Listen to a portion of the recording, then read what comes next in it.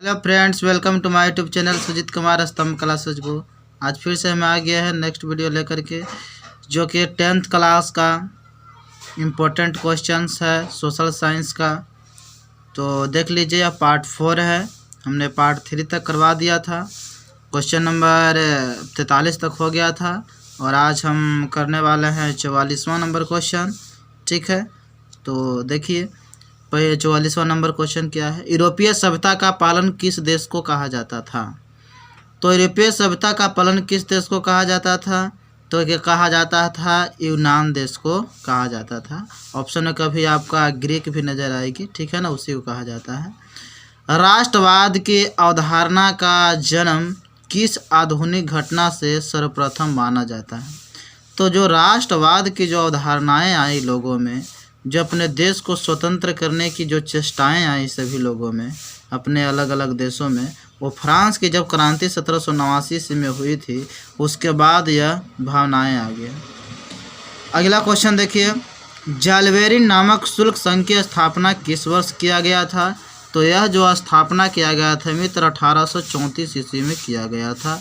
तो इसका ग ऑप्शन राइट हो जाएगा। अगला क्वेश्चन है कि शासन करो और कोई परिवर्तन न होने दो, किसके शासन के मूल मंत्र है?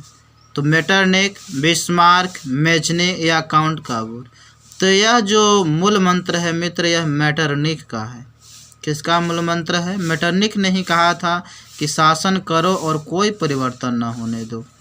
अगला क्वेश्चन है, इटली के एकीकरण का तलवार किसे कहा जाता है? तो इटली के एकीकरण का जो तलवार कहा जाता है मित्र, वह कहा जाता है गैरीबाल्डी को कहा जाता है। इटली के एकीकरण में सबसे बड़ा भूमिका अगर बात कही जाए तो गैरीबाल्डी का है, इसलिए गैरीबाल्डी को कहा जाता है। यंग यूरोप की स्थापना किसने की थी? तो यंग यूरोप की स्थापना जो की थी मेजनी ने की थी, और यंग इटली की भी स्थापना मेजनी ने ही की थी। 1831 में यंग इटली की स्थापना किए थे, और यंग यूरोप की स्थापना 1834 में मेजनी ने ही किया था। अगला क्वेश्चन देखिए, हीगल थे। हीगल क्या थे? एक दार्शनिक व्यक्ति थे। हीगल क्या थे? दार्शनिक थे। फ्रांसीसी नहीं थे, क्योंकि इनकी जन्म जर्मनी में हुई थी हीगल की, ठीक है ना। एक जर्मन दार्शनिक थे। ऑप्शन में है क्या? है, ये है ऑप्शन। तो फिर दार्शनिक क्यों सिर्फ लगाएंगे हम लगा देंगे कि एक जर्मन दार्शनिक थे। कहाँ के थे? एक जर्मन दार्शनिक थे, ठीक है। अगला देखिए, ब्रिटेन में चार्टिस्ट आंदोलन कब हुआ था? तो ब्रिटेन में जो चार्टिस्ट आंदोलन हुआ था मित्र, वह 1838 ईस्वी में हो गया था। कब हुआ था? 1838 ईस्वी में ब्रिटेन में चार्टिस्ट आंदोलन हुआ था। अगला क्वेश्चन है, समाजवादियों का बाइबल किस पुस्तक को कहा जाता है? तो दास कैपिटल को कहा जाता है, समाजवादियों का बाइबल कहा जाता है, ठीक है। 1921 ईस्वी की नई आर्थिक नीति का जन्मदाता किसे कहा जाता है? तो 1921 ईस्वी की जो नई आर्थिक नीति की जो जन्मदाता कहा जाता है, वह कहा जाता है मित्र लेनिन को।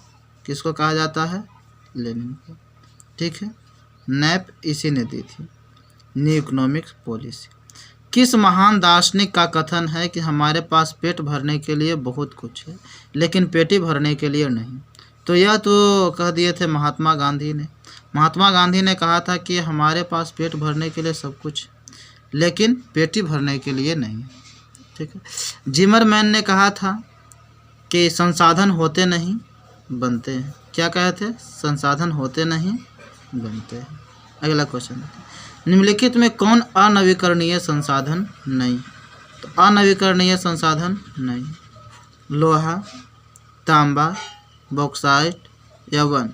तो लोहा, तांबा, बॉक्साइट तो अनवीकरणीय संसाधन है, लेकिन वन जो है से अनवीकरणीय संसाधन नहीं है।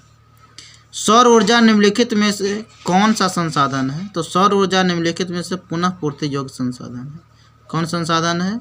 पुनः पूर्ति योग्य संसाधन है सौर ऊर्जा, ठीक है ना, जिसको हम नवीकरणीय संसाधन भी हम कह सकते हैं। पुनः पूर्ति योग्य की जगह पर नवीकरणीय भी ऑप्शन आ सकता है। अगला क्वेश्चन देखिए, +5 सम्मेलन किस सम्मेलन को कहा जाता है? तो +5 सम्मेलन जो है ना, यह कहा जाता है मित्र द्वितीय पृथ्वी सम्मेलन को, चूँकि प्रथम पृथ्वी सम्मेलन जो हुआ था 1992 ईस्वी में हुआ था। फिर से प्रथम जो सम्मेलन हुआ था उसका समीक्षा करने के लिए जो 1997 ईस्वी में 5 साल बाद जो हुआ द्वितीय पृथ्वी सम्मेलन, उसी को बोला जाता है +5 सम्मेलन, ठीक है। 92 और 5 97। अगला क्वेश्चन है, निम्नलिखित में से कौन सा गैस क्योटो सम्मेलन के अंतर्गत ग्लोबल वार्मिंग के लिए जिम्मेवार गैस के अंतर्गत नहीं है?